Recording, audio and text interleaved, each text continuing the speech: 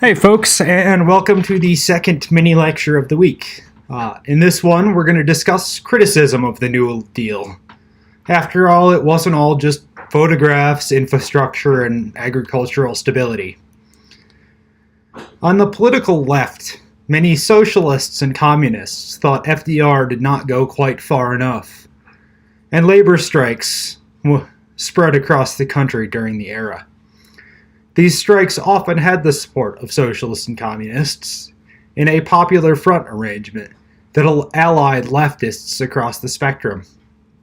One of the prime movers in this was Senator Huey Long of Louisiana, who pushed a, quote, share our wealth, redistributionist platform, and operated on the rhetorical populist left of FDR's administration.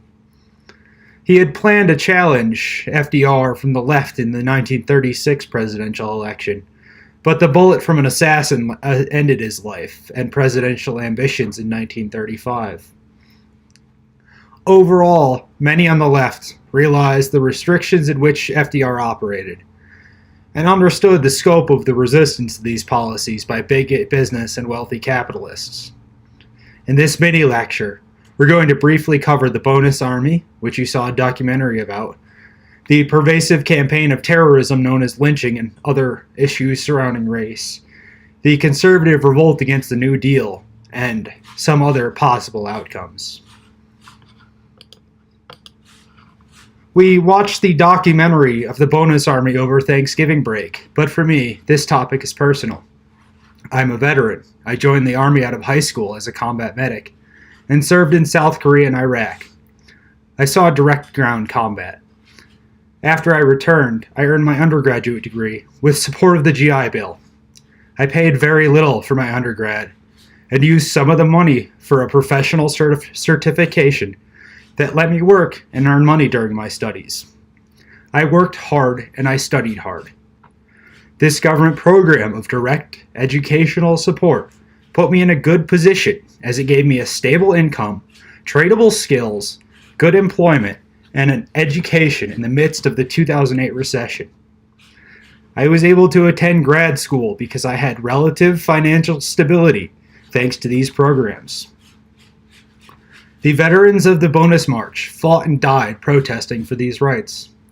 They quite literally faced down the tanks, cavalry, and infantry of the United States Army, in which they had served during war, to advocate for their bonuses, and for the idea that the government had a responsibility to take care of its veterans. Several died and more were wounded at the very hands of their own government, which refused to support them when times got tough, and then burned down their protest encampment. The bravery of the men of the Bonus Army changed American history. Hoover's actions in ordering the Army to disperse the veterans marked one of the more deplorable chapters in the history of the U.S. government and its treatment of its veterans. While certainly not perfect, FDR held the troops back from further attacking the remnants of the Bonus March, and instead dispatched the First Lady, Eleanor Roosevelt. Eleanor Roosevelt brought compassion and caring, and helped push for the payment of veterans' bonuses as part of the New Deal.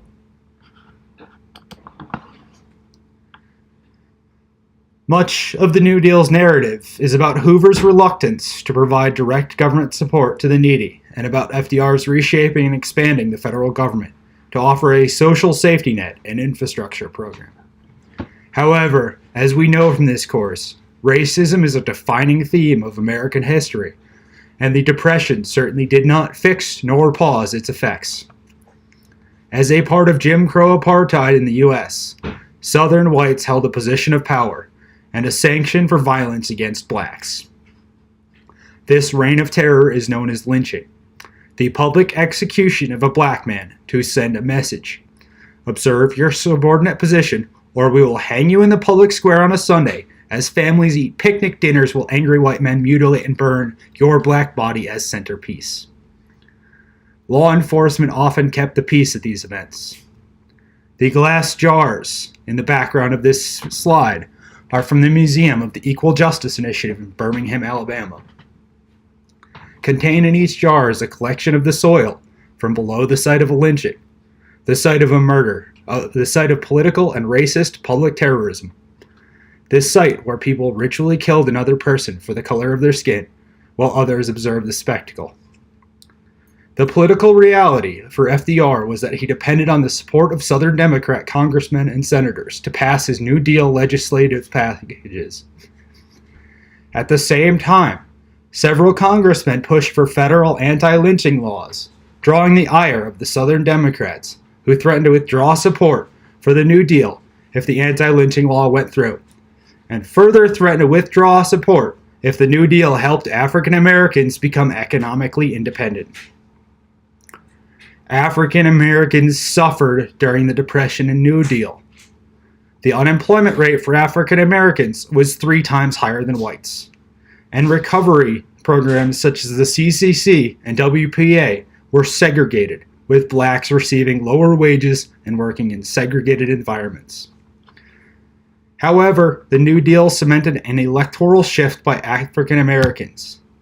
They overwhelmingly shifted to voting Democrats and away from Republicans, enshrining one of the defining political coalitions as segregationists moved toward the Republican Party, and the Republican Party moved towards conservatism. Conservative businessmen thought that FDR's abandonment of the gold standard and social welfare policies would further throw the U.S. into deep economic trouble. They also resented his taxation policies, but the idea of providing relief to the poor was most egregious, and they called it communistic. There was a plan hatched for business interests to support General Smedley Butler in a coup d'etat driven by the economically disenfranchised veterans of the Bonus March, but it never materialized, and there is skepticism about how genuine the coup actually was. There was even a congressional inquiry, which validated Butler's claims that he'd been approached by businessmen planning a coup. However, no prosecutions ever emerged. All of the major accused businessmen, including J.P. Morgan, denied any knowledge. The details of this planned coup are outlined in Kim Fine-Phillips's work, The Visible Hand. Fascists and American Nazis marched openly in the streets under the German-American Bund, and they called the New Deal, quote, the Jew Deal, in an overt anti-Semitic rallies and statements. The background image for this slide is a Nazi Party rally held in New York City's Madison Square Garden in 1939, with roughly 20,000 people in attendance.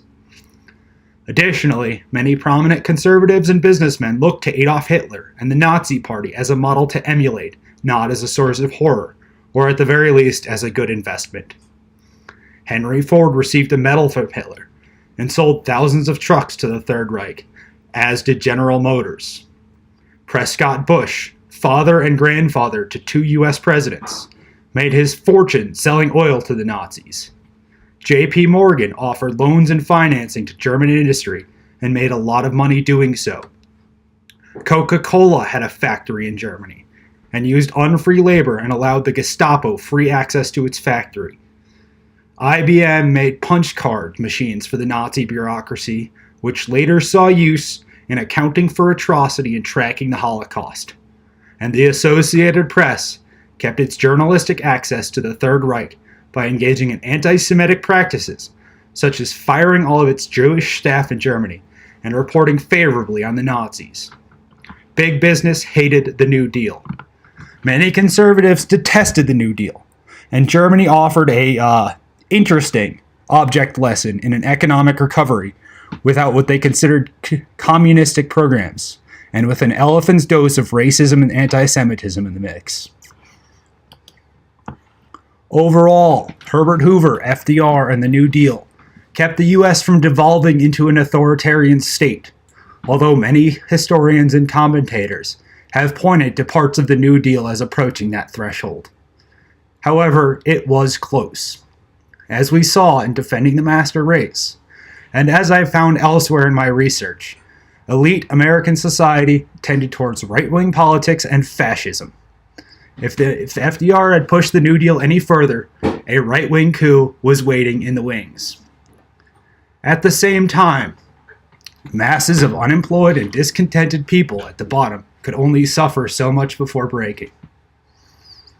There's a famous scene in John Steinbeck's The Grapes of Wrath where after Tom Joad kills a cop, he has to run away. And he speaks to his mom. Then it don't matter. Then I'll be around in the dark. I'll be everywhere. Wherever you look. Wherever there's a fight so hungry people can eat, I'll be there. Wherever there's a cop beating up a guy, I'll be there. I'll be in the way that guys yell when they're mad. And I'll be in the way that kids laugh when they're hungry and know summers aren't ready. And when folks eat the stuff they raise and live in the houses they build, why, I'll be there. It was that close during the Depression. The New Deal was riven with flaws and sacrifices, but it preserved the capitalist republic by making things a bit more fair, by putting in some new rules and safety features, by ameliorating the suffering of folks at the bottom, and by stabilizing the economy.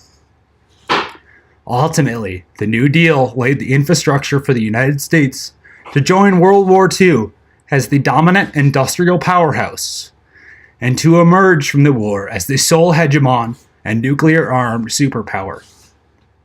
Alright, that's it for this mini lecture. The third one is going to pick up on foreign affairs around the world in the 1930s. It gets a little dark.